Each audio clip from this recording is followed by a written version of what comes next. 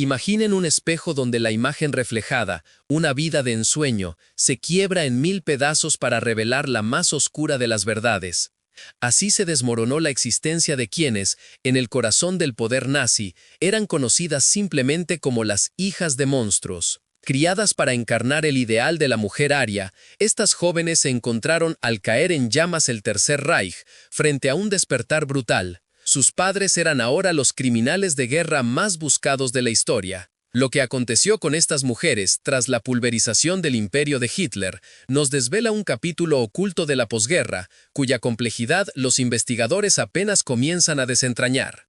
En aquel torbellino de mayo de 1945, mientras los tanques soviéticos avanzaban por Berlín y las fuerzas aliadas desvelaban el horror de los campos de concentración nazis, miles de niños se vieron de repente cargando el apellido más infame de la historia moderna. De la noche a la mañana, estas hijas transitaron de la élite privilegiada a la marginación social. Su reacción ante este catastrófico vuelco no solo moldearía sus propios destinos, sino también nuestra comprensión de la culpa, la identidad y la reconciliación después del pasaje más sombrío de la humanidad. ¿Fueron víctimas de los crímenes de sus padres o beneficiarias silenciosas? ¿Realmente ignoraban las atrocidades paternas o fueron partícipes voluntarias de una conspiración de silencio? ¿Y cómo reconcilia un hijo al padre cariñoso que conoció con el arquitecto del genocidio que el mundo entero condenaba? Las respuestas nos sumergen en un laberinto moral que desafía nuestras concepciones más arraigadas sobre la inocencia, la complicidad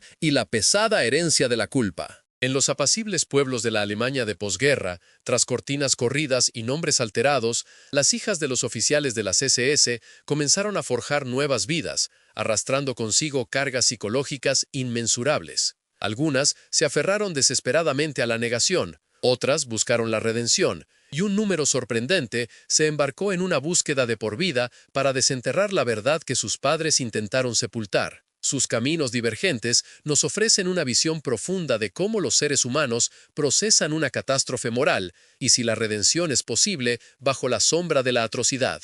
Nacieron en una pesadilla disfrazada de sueño. Esta es la crónica de lo que sucedió después de que despertaron. La mayoría de estas mujeres sufrió una revelación demoledora al finalizar la guerra. Muchas habían crecido en burbujas de privilegio cuidadosamente construidas, educadas en colegios exclusivos, viviendo en suntuosas residencias arrebatadas a familias judías e indoctrinadas con la creencia en su superioridad racial. El derrumbe del Tercer Reich no solo pulverizó su bienestar material, sino que aniquiló su entendimiento completo del mundo y de su lugar en él. Vivíamos como princesas en un cuento de hadas, evocaba en una ocasión Irmgard Seidler, hija de un comandante de campo de concentración de las SS.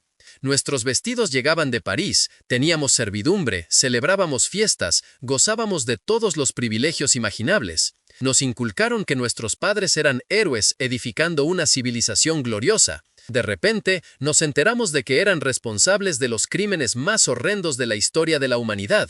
El impacto psicológico fue devastador, como un jarro de agua fría que las dejó heladas. Muchas desarrollaron lo que los psiquiatras identificarían más tarde como una forma particular de crisis de identidad. Sus años formativos transcurrieron en una realidad falsa, solo para ser arrojadas a un mundo que contemplaba sus lazos familiares más íntimos con repugnancia. Si alguna vez se han preguntado cómo alguien puede conciliar el amor por un monstruo, las historias de estas hijas ofrecen un inquietante atisbo a uno de los desafíos psicológicos más arduos de la humanidad.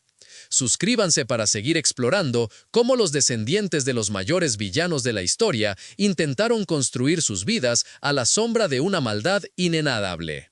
Mientras las bombas aliadas martillaban Berlín en abril de 1945, Gudrun Himmler, de 12 años, fue evacuada de la elegante villa de su familia en Baviera. Su padre, Heinrich Himmler, arquitecto del Holocausto y comandante de las SS, había organizado su traslado seguro a un remoto refugio alpino. Antes de partir, la abrazó por última vez. «Pase lo que pase, y escuches lo que escuches sobre mí», le susurró. «Recuerda que siempre hice lo que creí correcto para Alemania». 3 semanas después, Gudrun y su madre se enteraron por una radio de sonido entrecortado que Heinrich Himmler se había suicidado tras ser capturado por fuerzas británicas. La cápsula de cianuro que mordió puso fin a su vida antes de que la justicia pudiera servirse en Nuremberg. Para su hija, sin embargo, el verdadero castigo apenas comenzaba.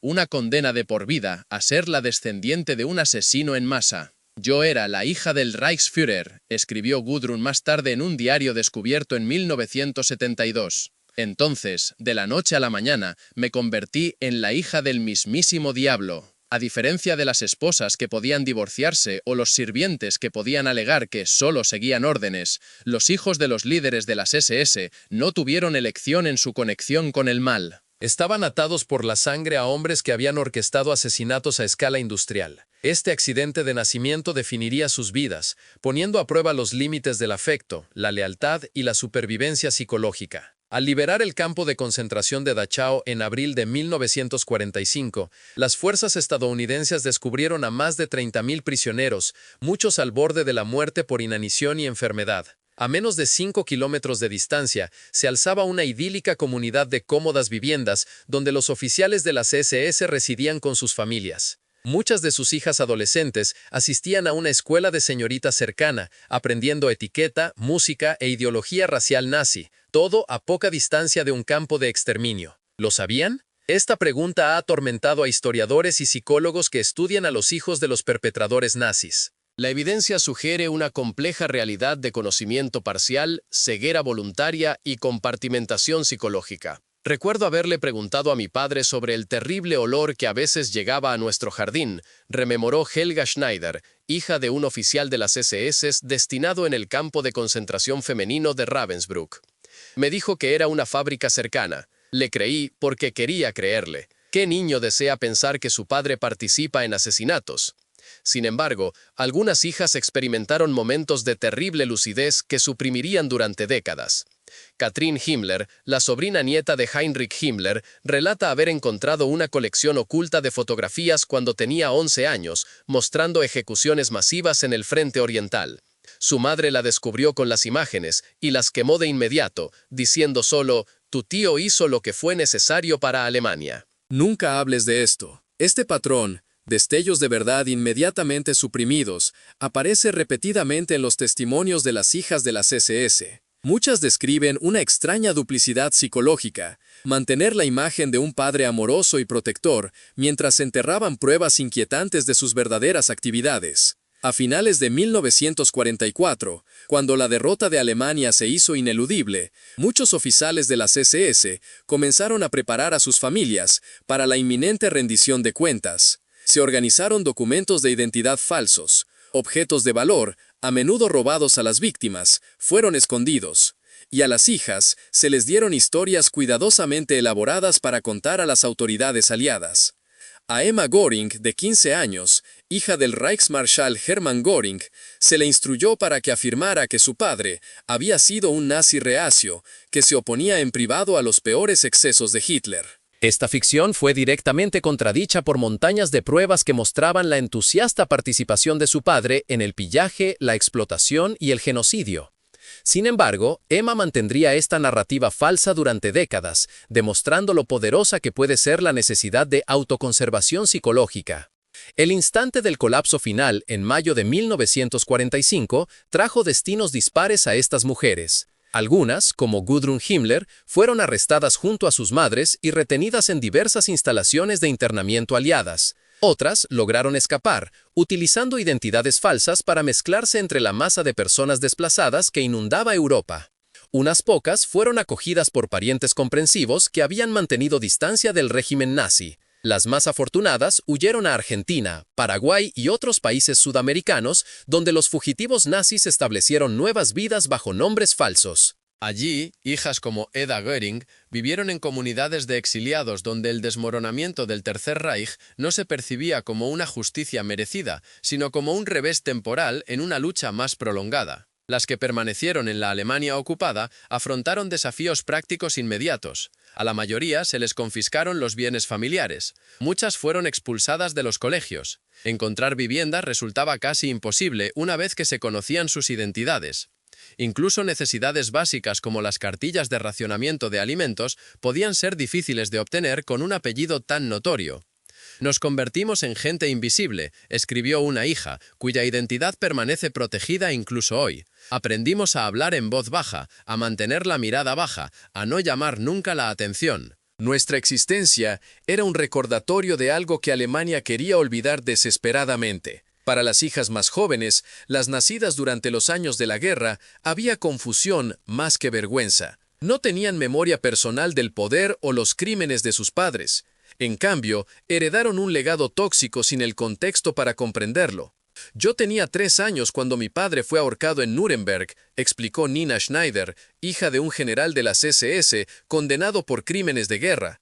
Mi primer recuerdo es mi madre cortándome el cabello y tiñéndomelo de castaño, cambiándome el nombre y diciéndome que nunca mencionara a mi padre a nadie.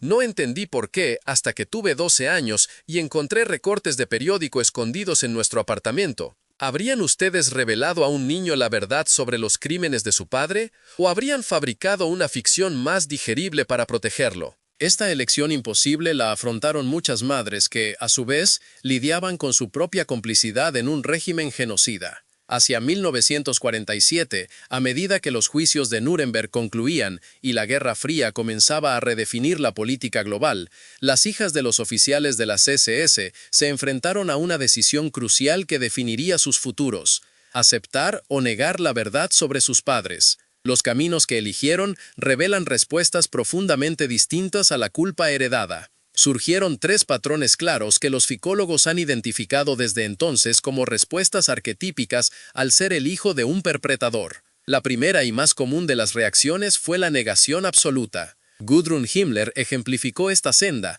dedicando su vida a defender la reputación de su padre y a apoyar causas neonazis. Hasta su fallecimiento en 2018, nunca reconoció la realidad de los crímenes de su padre, presentándolo en cambio como un patriota destruido por la propaganda aliada. Mi padre era un buen hombre que solo quería proteger a Alemania, sostuvo incluso a sus 80 y tantos años. La historia ha sido escrita por los vencedores que demonizaron a nuestros líderes. Un día la verdad se conocerá. Este rechazo a aceptar la realidad, a pesar de la abrumadora evidencia, representa una forma de supervivencia psicológica. Para algunas hijas, aceptar la culpa de sus padres significaba la destrucción de toda su identidad y marco moral. La negación ofrecía una alternativa psicológicamente más sencilla, aunque moralmente deshonrosa. La segunda pauta fue la compartimentación, aceptar el hecho histórico de los crímenes de sus padres mientras mantenían realidades emocionales separadas y conflictivas. Brigitte Höss, hija de Rudolf Höss, comandante de Auschwitz, personificó esta respuesta. Sé lo que hizo mi padre, reconoció en una rara entrevista en 2013. La evidencia es innegable y la acepto intelectualmente, pero emocionalmente no puedo reconciliar esto con el padre amoroso que conocí, el hombre que me leía cuentos antes de dormir y me llevaba sobre sus hombros. Ambas versiones existieron en la misma persona, y he tenido que vivir con esa imposible contradicción. Brigitte vivió tranquilamente en el norte de Virginia durante décadas. Sus vecinos ignoraron su identidad hasta que ella estuvo en sus 80 años. Nunca negó el Holocausto, pero tampoco procesó completamente su conexión emocional con él. Esta compartimentación psicológica permitió una supervivencia funcional, pero impidió un ajuste de cuentas moral completo. La tercera y más infrecuente respuesta fue la aceptación total y la búsqueda de expiación. Un pequeño número de hijas no solo reconocieron los crímenes de sus padres, sino que trabajaron activamente para contrarrestar su legado. Katrin Himmler representa este camino, eligiendo investigar los crímenes de su familia, publicar sus hallazgos y hablar públicamente sobre la obligación moral de los descendientes de confrontar la verdad histórica. No puedo cambiar lo que hicieron mi tío abuelo y otros miembros de la familia, ha afirmado, pero puedo asegurar que sus crímenes nunca se olviden ni se minimicen. Esta es mi herencia, no la culpa en sí, sino la responsabilidad de dar testimonio de la verdad. Katrin se casó con un descendiente israelí de supervivientes del Holocausto, una elección que algunos vieron como un acto personal de reconciliación. Su hijo representa un puente viviente entre familias de víctimas y perpetradores, encarnando ambos linajes y la posibilidad de superar el odio histórico. Estas distintas reacciones se manifestaron en el telón de fondo de la propia evolución de Alemania con respecto a su pasado nazi. En los años inmediatamente posteriores a la guerra, prevaleció una negación y un silencio generalizados, un deseo nacional de avanzar sin afrontar la responsabilidad. Esto creó un espacio para que las hijas de las SS evitaran de manera similar el ajuste de cuentas. Pero hacia la década de 1960, a medida que una nueva generación comenzaba a exigir respuestas y rendición de cuentas, algunas hijas se vieron atrapadas entre la incipiente cultura de la memoria de Alemania y su propia necesidad personal de preservar la humanidad de sus padres. En unos 17 minutos, descubrirán cómo el hallazgo fortuito de una hija en un desván la obligó a confrontar la insoportable verdad sobre el papel de su padre en el Holocausto. Pero antes, profundicemos en lo que les sucedió a estas jóvenes en la inmediata resaca de la derrota de Alemania. Las semanas que siguieron a la rendición de Alemania fueron caóticas para todos, pero especialmente para las familias de los altos funcionarios nazis. Muchas esposas se suicidaron junto a sus maridos o poco después de su captura. Otras fueron arrestadas por las fuerzas aliadas para ser interrogadas. En este tumulto, hijas de tan solo 9 años quedaron repentinamente sin padres ni protección. Algunas fueron internadas en orfanatos improvisados, donde, a menudo, eran el blanco de otros niños que reconocían sus infames apellidos. Otras fueron acogidas por familiares extensos, muchos de los cuales cambiaron de inmediato los apellidos de las niñas y crearon historias ficticias para protegerlas. Ingrid von Ribbentrop, la hija adolescente del ministro de Asuntos Exteriores, Joachim von Ribbentrop, se encontró en una sala de interrogatorios aliada pocos días después del arresto de su padre. Los oficiales de inteligencia esperaban que pudiera revelar información sobre funcionarios nazis que habían escapado. En cambio, sufrió una crisis psicológica cuando le mostraron fotografías de víctimas de campos de concentración. Simplemente no podía procesar lo que estaba viendo, informó el oficial británico que la entrevistó. Era como si su mente se hubiera apagado por completo. Repetía sin cesar, «Esto no puede ser real. Mi padre nunca estaría involucrado en esto». Incluso cuando se la confrontó con documentos que llevaban su firma, no pudo aceptar la realidad. Este patrón de negación psicológica es una de las facetas más inquietantes de esta historia. Si estas exploraciones sobre la complejidad de la identidad y la culpa resuenan con ustedes, consideren apoyar el canal haciendo clic en el botón Super Gracias. Su contribución nos permite seguir desenterrando y compartiendo estas narrativas vitales que nos invitan a reflexionar sobre el destino humano. Cuando el velo de la guerra se rasgó en 1945, una ola de negación psicológica se apoderó de las familias alemanas, especialmente entre las hijas de los oficiales de las SS. Muchas, al enfrentarse a la cruda verdad sobre los crímenes atroces de sus padres, se sumergieron en un estado casi catatónico, una especie de trance protector. Los especialistas en psique humana comprenden hoy que esta reacción no era otra cosa que una respuesta aguda al trauma, un mecanismo de autodefensa de la mente ante una información tan desgarradora que resultaba imposible de asimilar. Imaginemos, por un momento, a una joven como Greta, criada en los lujos de una villa bávara, convencida de ser la flor innata de la humanidad. Ella y otras como ella habían sido adoctrinadas para creerse la aristocracia genética, la vanguardia de una raza superior destinada a reinar durante 1000 años, como si fueran princesas de un cuento oscuro. De la noche a la mañana, este castillo de naipes ideológico se desplomó. Se vieron convertidas en parias, arrastrando apellidos que ahora eran sinónimo de la más abyecta maldad humana. Una de ellas, con la voz quebrada por el recuerdo, escribió en sus memorias anónimas que pasaron de princesas a monstruos en un abrir y cerrar de ojos. ¿Cómo podía una muchacha de 16 años procesar tal vuelco de la realidad? Para muchas, la respuesta fue no poder. Los archivos de las instituciones psiquiátricas de posguerra revelan un alarmante número de suicidios y colapsos nerviosos entre los hijos de funcionarios nazis entre 1945 y 1950. La carga psicológica se tornó insoportable para muchas mentes jóvenes, como una losa de hormigón que las aplastaba. Aquellas que lograron sobrevivir a ese periodo inicial se enfrentaron a un desafío aún mayor, la reconstrucción de sus propias identidades. Este proceso no fue solo simbólico, ya que muchas cambiaron legalmente sus nombres, sino profundamente psicológico, exigiendo una reinvención total de su narrativa personal. Era como intentar sembrar un jardín nuevo sobre tierra quemada. Mientras tanto, en 1952, un giro inesperado llegó con las leyes de amnistía del nuevo gobierno de Alemania Occidental. Deseoso de reinsertarse en la Alianza Occidental, en medio de las tensiones de la Guerra Fría, se abrió la puerta a miles de antiguos funcionarios nazis para regresar a la vida pública.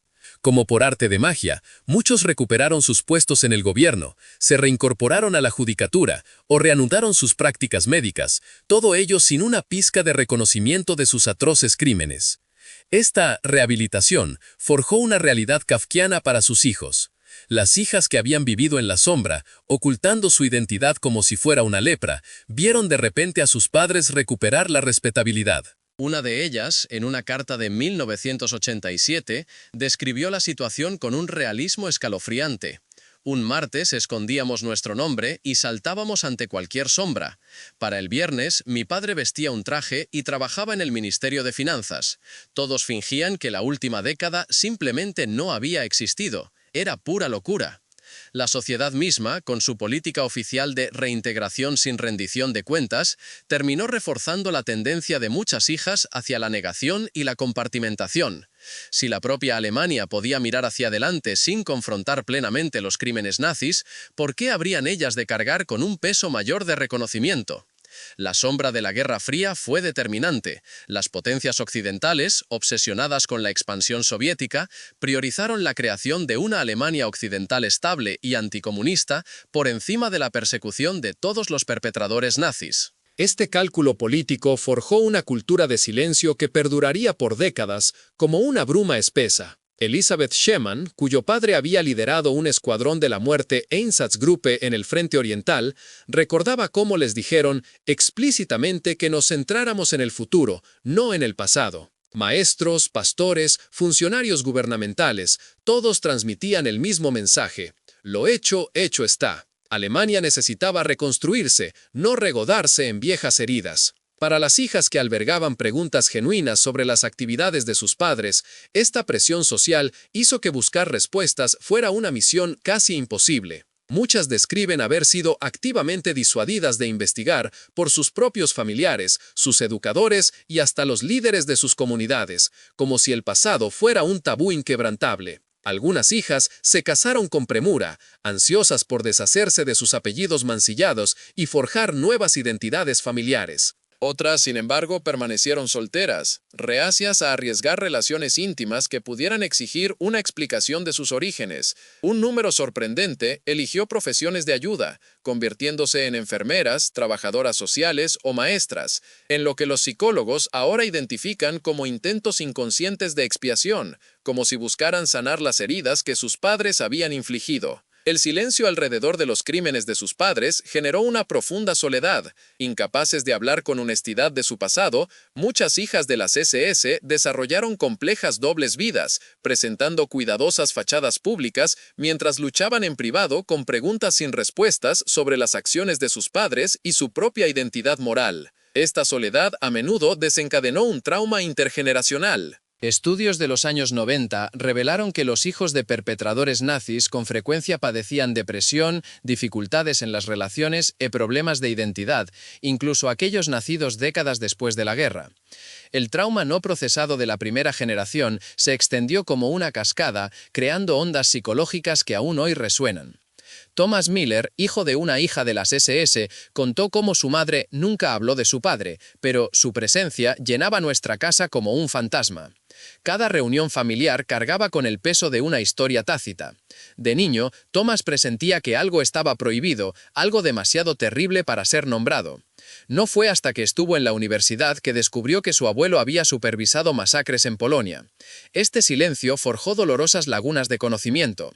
Muchas hijas tenían preguntas fundamentales que quedaron sin respuesta durante décadas. ¿Había su padre matado a alguien personalmente? ¿Había dado órdenes directas para el genocidio? ¿Había traído a casa objetos robados a las víctimas? La incertidumbre a veces resultaba tan tortuosa como la propia confirmación. Sin embargo, para un puñado de hijas, el silencio colectivo se volvió insoportable. Hacia los años 60, mientras los jóvenes alemanes exigían una mayor rendición de cuentas por los crímenes nazis, algunas hijas de las SS se unieron a este movimiento, a menudo a un costo personal inmenso. Anja Rosmus, hija de un oficial de las SS de rango medio involucrado en las deportaciones desde Francia, comenzó a investigar el pasado nazi de su ciudad natal mientras estaba en la universidad. Cuando sus pesquisas revelaron la implicación directa de su padre en el envío de niños a campos de exterminio, publicó sus hallazgos a pesar de los desesperados intentos de su familia por detenerla. Mi madre me rogó que destruyera mi investigación, escribió más tarde. Mis hermanos se negaron a hablarme durante décadas. Pero la verdad se sentía como una deuda que tenía con las víctimas de mi padre. Su memoria exigía más lealtad que la reputación de mi padre. Su libro, publicado en 1980, detalló no solo los crímenes de su padre, sino la vasta conspiración de silencio que había protegido a los ex-nazis en su comunidad. La reacción fue inmediata y feroz. Recibió amenazas de muerte, fue marginada por sus amigos de la infancia y finalmente tuvo que mudarse a otra ciudad. A pesar de todo, sus acciones inspiraron a otras hijas a realizar revelaciones similares. Un número, pequeño pero creciente, comenzó a hablar públicamente sobre los crímenes de sus padres y sus propias batallas con la culpa heredada. Formaron redes de apoyo informales, ayudándose mutuamente a navegar por el campo minado psicológico de reconocer su conexión con el genocidio. Sin embargo, estas portadoras de la verdad siguieron siendo una minoría. La mayoría de las hijas de las SS mantuvieron un silencio protector, algunas hasta su muerte. El peso de ese silencio, la energía requerida para mantener la negación frente a pruebas abrumadoras, cobró un devastador precio psicológico. Tenía 67 años cuando finalmente examiné la documentación de lo que había hecho mi padre, contó una hija a los investigadores en 2004. Había pasado toda mi vida adulta evitando este conocimiento, construyendo elaboradas defensas mentales contra él. Cuando finalmente lo enfrenté, sentí como si mi vida se hubiera construido sobre arenas movedizas. Todo se derrumbó. La pregunta de si uno querría conocer la verdad completa sobre los crímenes de un ser querido o si la ignorancia protectora sería preferible, atormentó a miles de niños nacidos en la élite nazi. Sus respuestas ofrecen profundas revelaciones sobre la capacidad humana para el autoengaño y nuestra compleja relación con la verdad histórica.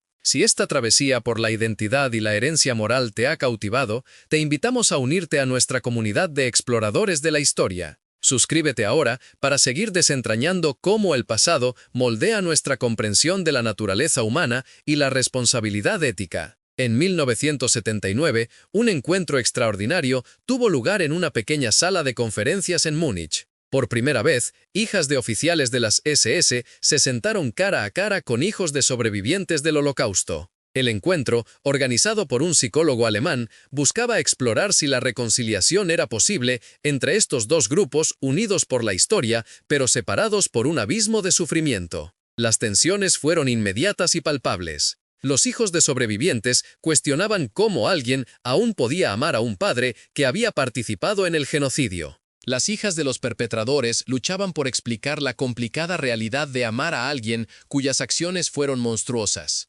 Ustedes hablan de sus padres con tanta ternura, dijo un descendiente del Holocausto. ¿No entienden que esta ternura se siente como una segunda violencia para nosotros?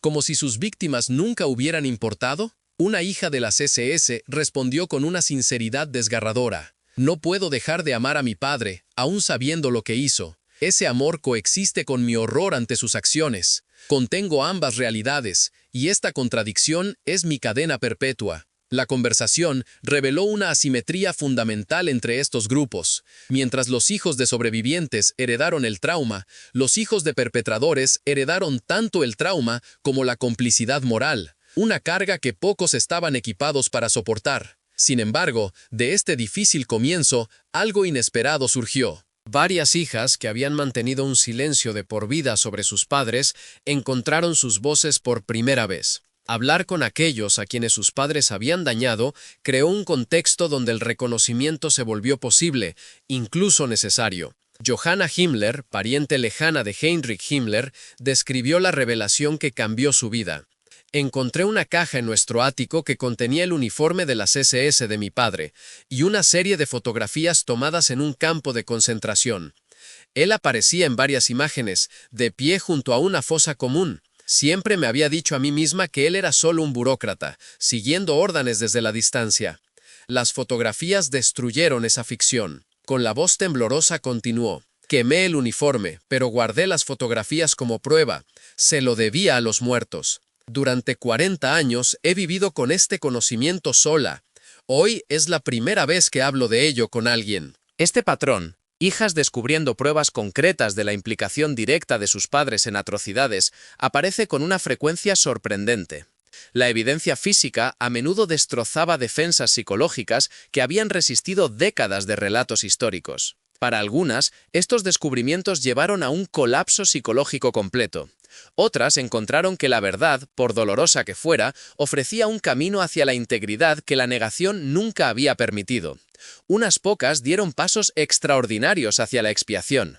Nina Schwarzbach, hija de un médico de las SS que había realizado experimentos con prisioneros en Buchenwald, no solo reconoció los crímenes de su padre, sino que dedicó su carrera a identificar y devolver obras de arte que su padre había robado a familias judías. Utilizando registros familiares que él no había logrado destruir, ella localizó personalmente a más de 70 herederos y les devolvió sus tesoros familiares. No puedo deshacer lo que hizo mi padre, explicó. Pero puedo asegurar que su robo no continúe en otra generación. Estos objetos, estas piezas de vidas que él destruyó, no pertenecen a mis manos. Otras hijas eligieron la educación como su forma de expiación. Hacia los años 90, varias se habían convertido en oradoras habituales en eventos de educación sobre el Holocausto, compartiendo sus perspectivas sobre cómo personas comunes pueden volverse capaces de una maldad extraordinaria. Catherine Weber, cuyo padre comandaba un batallón de policía de reserva que llevó a cabo masacres en Polonia, comenzó a hablar con grupos de estudiantes en 1994. Les digo que mi padre no era un monstruo de un cuento de hadas, explicó. Era un ser humano que tomó decisiones monstruosas.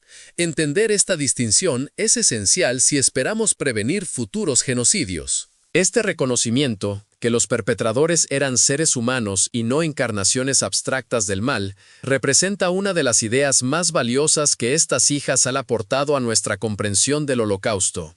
Su conocimiento íntimo de los hombres, detrás de las atrocidades, complica las narrativas simplistas sobre monstruos inhumanos. Mi padre amaba la música y podía conmoverse hasta las lágrimas con Schubert, contó una hija a los investigadores. Nos leía poesía por la noche y cuidaba a animales heridos hasta que se recuperaban. También ordenó que miles de seres humanos fueran fusilados en fosas comunes. Ambas versiones existían en el mismo hombre. Esta es la terrible verdad que la humanidad debe afrontar, que el genocidio no es cometido por monstruos, sino por humanos capaces tanto de amor como de una crueldad insondable. A medida que las hijas de los oficiales de las SS entraban en sus últimos años, la mayoría ya fallecidas o en sus 90, sus testimonios adquirieron una urgencia creciente. Muchas que habían mantenido un silencio de por vida finalmente eligieron hablar, reacias a llevarse su conocimiento a la tumba. Los relatos que proporcionaron ofrecen una visión única de la vida hogareña de los arquitectos del genocidio. En la esfera privada, muchos líderes de las SS mantuvieron una separación casi esquizofrénica entre la vida familiar y el trabajo genocida. Mi padre era dos personas completamente diferentes, recordó Heidi Brenner. En casa era amable, atento, incluso tierno. Me enseñó a andar en bicicleta y vendó mis rodillas raspadas. Luego, se ponía su uniforme y se convertía en alguien capaz de ordenar asesinatos en masa. Cómo estas dos realidades coexistían en una conciencia humana sigue siendo incomprensible para mí. Esta compartimentación no fue exclusiva de los líderes nazis, sino que representa un ejemplo extremo de la capacidad humana para separar dominios morales, un mecanismo psicológico que permite a personas comunes participar en un mal extraordinario mientras mantienen una autoimagen positiva. Para las hijas que confrontaron esta realidad, el proceso a menudo implicó el doloroso reconocimiento de su propia culpabilidad involuntaria. Muchas habían disfrutado de infancias privilegiadas, construidas directamente sobre el sufrimiento de otros, viviendo en hogares robados a familias judías, vistiendo ropa incautada a deportados, jugando con juguetes que alguna vez pertenecieron a niños enviados a campos de exterminio. Todo lo que toqué en la infancia estaba manchado, reflexionó una hija. Cada comodidad que disfruté fue a expensas de alguien más. Este conocimiento transformó cada recuerdo feliz en algo envenenado. Mientras Berlín caía ante las fuerzas soviéticas en mayo de 1945, Margaret Speer, esposa de Albert Speer y madre de sus 6 hijos, reunió a sus hijas a su alrededor. Las bombas aliadas sacudían su lujosa villa, una casa que había sido adquirida de una familia judía obligada a huir de Alemania. Su padre construyó grandes cosas para Alemania, les dijo. Nunca dejen que nadie las convenza de que fue otra cosa que un buen hombre. Esta instrucción, de mantener la mitología familiar sin importar la evidencia externa, se repitió en innumerables hogares de las SS a medida que el Reich se desmoronaba. Colocó una carga imposible sobre las hijas que más tarde descubrirían pruebas irrefutables de sus padres. Si valoras esta profundización en la historia, considera apoyar el canal con un super gracias. El eco del pasado, una sombra persistente, forjó la existencia de las hijas de los oficiales de las SS, atrapadas en el abismo entre la lealtad familiar y la ineludible verdad histórica. Esta dicotomía, una verdad privada oculta tras una fachada pública, se convirtió en el sello distintivo de muchas de estas mujeres, costándoles un precio psicológico inmenso, evidenciado en las elevadas tasas de depresión, abuso de sustancias y, tristemente, el suicidio dentro de su grupo. La complejidad humana de aferrarse al afecto, incluso ante la abominación, se manifiesta en la notable paradoja emocional de estas hijas, un amor que perduró a pesar de la condena moral, una de las facetas más enrevesadas de su vivencia. Una de ellas, quien solicitó mantener su anonimato incluso décadas después del fallecimiento de su progenitor, compartió su calvario. Sé que mi padre cometió actos imperdonables. Conozco su participación en el crimen más grande de la historia. Sin embargo, al evocar los cuentos nocturnos, las lecciones de natación o las celebraciones de mi cumpleaños, el amor sigue ahí.